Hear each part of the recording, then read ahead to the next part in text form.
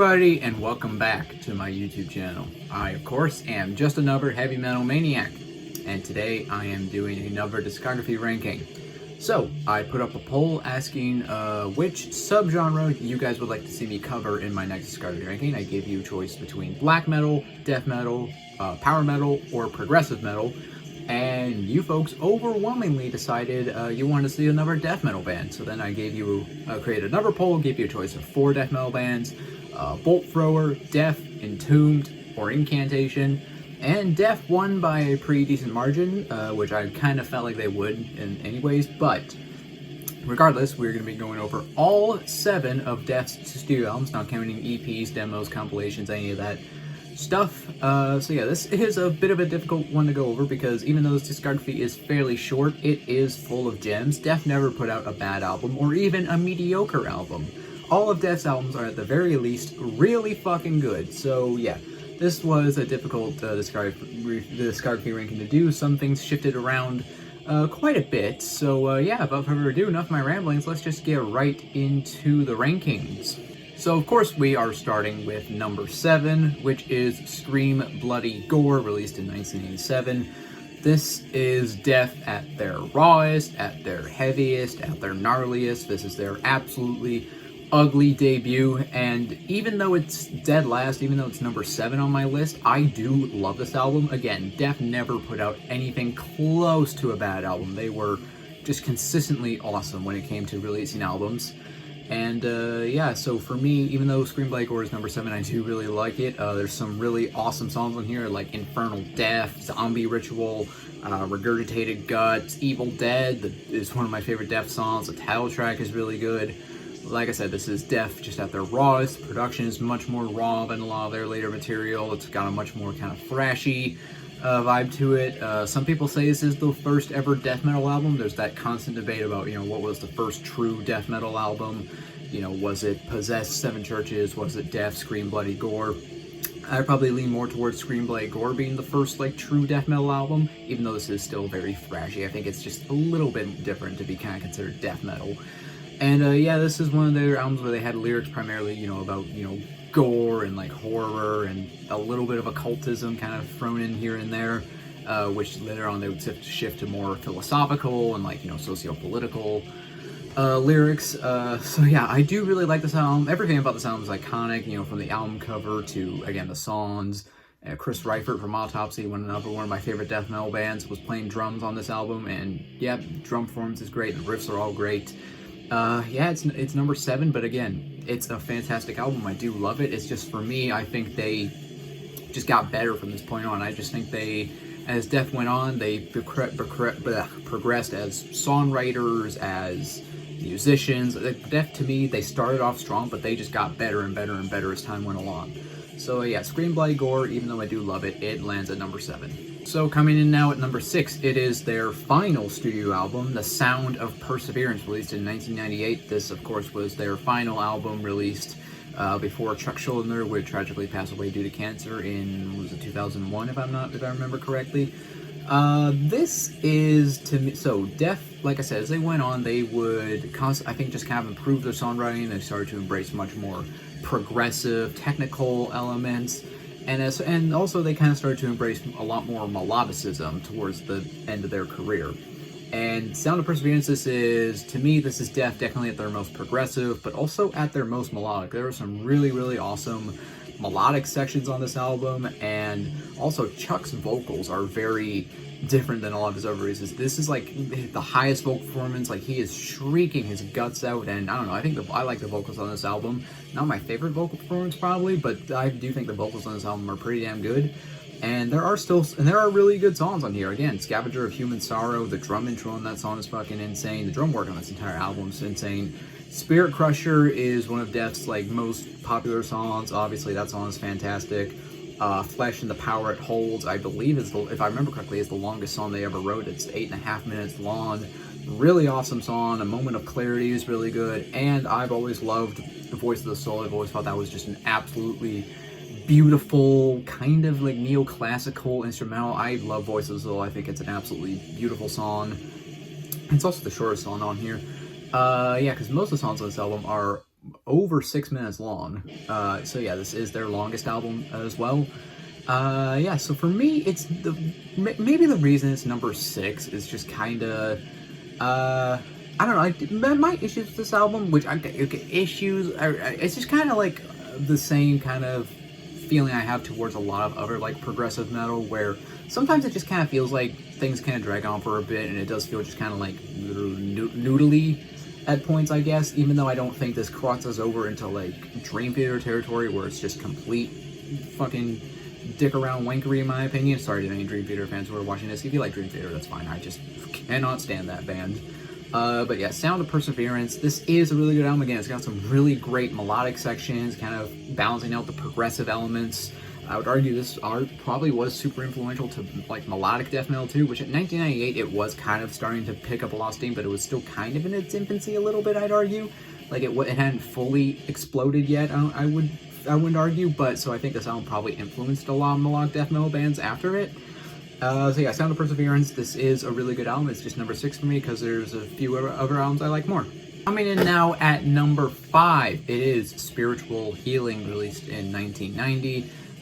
This is kind of where death began to shift towards more technical / progressive death metal territory, kind of shifting away a little bit from that just kind of traditional old school death metal sound, which they pioneered. Yeah, this was also a bit of a shift in the lyrical content because compared to Screamblade, Gore, and Leprosy, which we'll get to Leprosy in a minute, this was less about, about gore and death and suffering, or it was kind of about suffering, but it was a different kind of suffering. Again, this is more socio-political and like kind of philosophical lyrical content, and yeah, there's some really absolutely awesome songs in here. I love Living Monstrosity, Altering the Future, Within the Mind. The title track's really good. I really like the song Killing Spree. Is honestly, I feel like one of Def's most underrated songs. I don't really see many people talking about that song. I think that's one of their best songs. So yeah, this album, it was kind of the transitionary album between the early, just raw, heavy, ugly, gnarly death metal stuff and the more progressive metal stuff later on. And I would maybe complain that I think the vocals are a little high in the mix. Like, they kind of are just a little too high in the mix for my liking, but they're not like so overpowering that they completely ruin the album for me or anything. I do really like this album. I think this album does kind of get a little bit of flack. Like, usually in other death rankings I've seen, this album usually places dead last for most people. I've seen people who say, like, I love death, but I do not like this album, which I don't get, frankly. I think this is a really good album.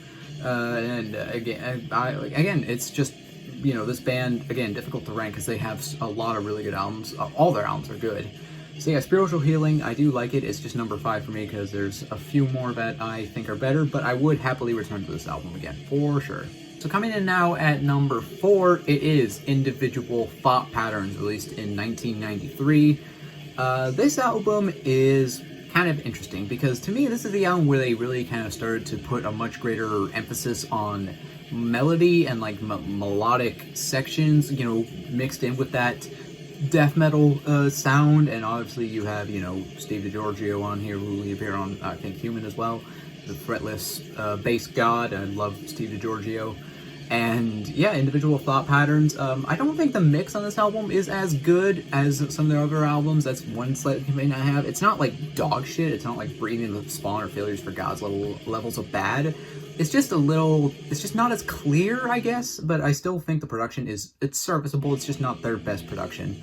But there are some of my favorite death songs are on this album. Like, I love Overactive Imagination. In Human Form is a really awesome song. Trapped in a Corner is some great, melodic parts with the kind of balanced out with the heavy parts. I love Mentally Blind as well. The Philosopher is, I think every Def fan likes that song. The Philosopher is one of Def's best songs, one of my favorite Def songs, honestly.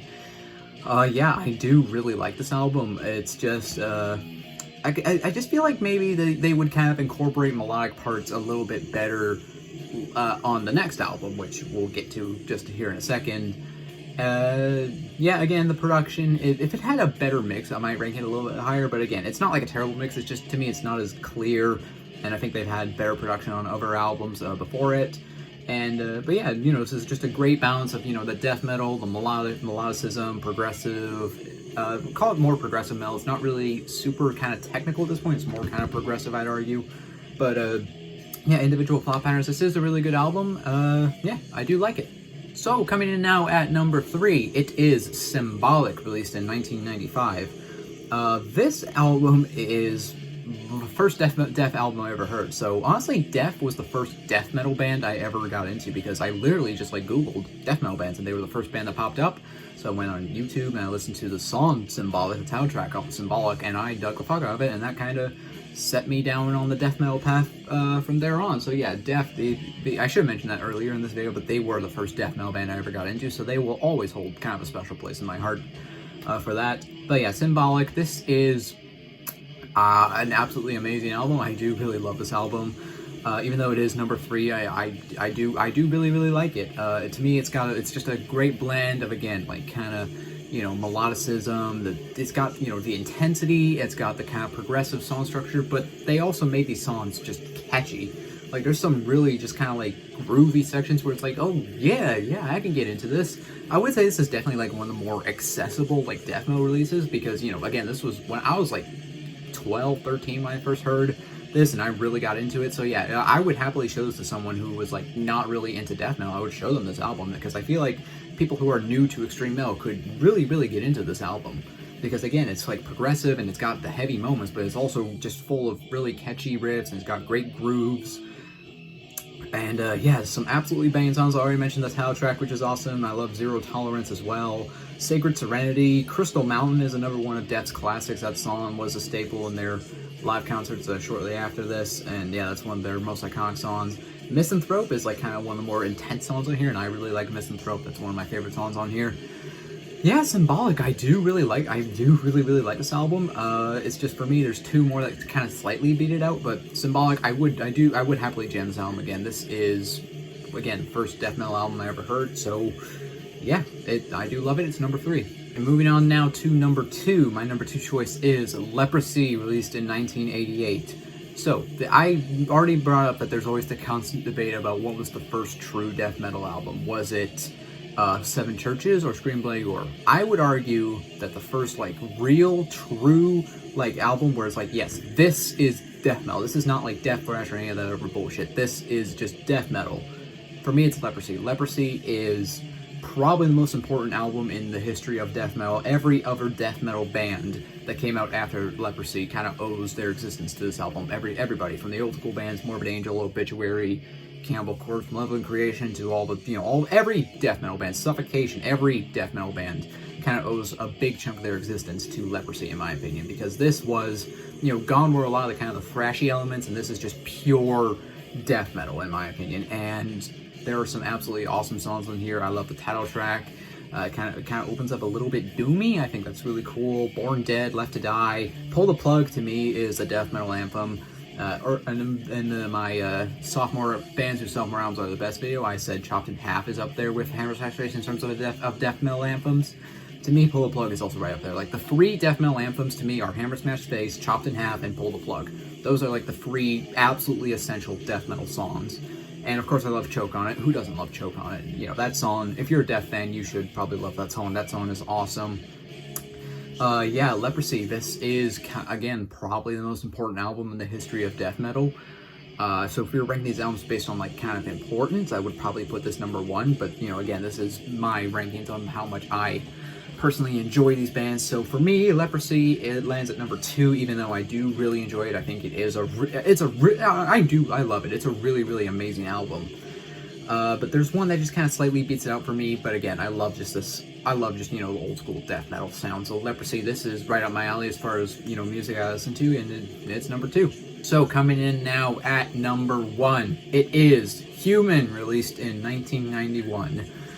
This album, so this band obviously came in a few different eras during their phase. They started off, you know, as just kind of a raw, ugly, old school death metal band. Then they kind of started to embrace more progressive and technical death metal leanings. Then they kind of just shifted to like a flat out kind of progressive / melodic death metal band, I'd argue, towards the end of their career. Human is like the perfect bridge between, like, kind of, you could almost split it up between the 2 halves of this band. Spiritual Healing and Human are both still very much in that old school death metal realm, I'd argue, whereas Individual Thought Patterns, Symbolic, and Silent Perseverance are much more, you know, progressive and much more melodic. Human is the bridge between those two eras, and I think it captures kind of the best of both worlds. This is a hugely landmark album in terms of tech death and progressive metal, and songs like Flattening of Emotion, Suicide Machine, Together as One, Lack of Comprehension. Oh my god, I love Lack of Comprehension. That song is amazing. See Through Dreams is one of my favorite Death songs. Every Vacant Planets, every song on this album pretty much I love. And again, you have the half of Cynic in here, and Steve DiGiorgio with Chuck Schuldiner. It's almost like a super group, really, but it's Death. And yeah, Human, this is an absolutely just remarkable album. It really is, to me, it's the pinnacle of Death. Like, this captures everything I love about Death in one album. I like the technical play, the great songwriting, but also that still retaining that very dirty, gnarly, old school sound of just, their early, more kind of primitive death metal days. And yeah, Human, this is an absolutely amazing album. This is one of my favorite death metal albums.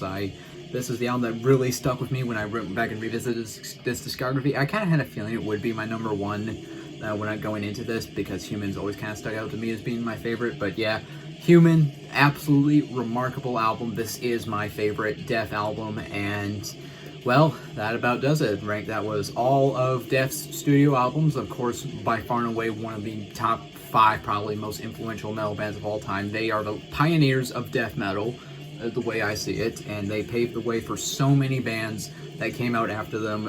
Like I said, a big chunk of death metal bands all owe their existence. Pretty much every death metal band, honestly, owes their existence to Death, because they laid the blueprint, they laid the foundations.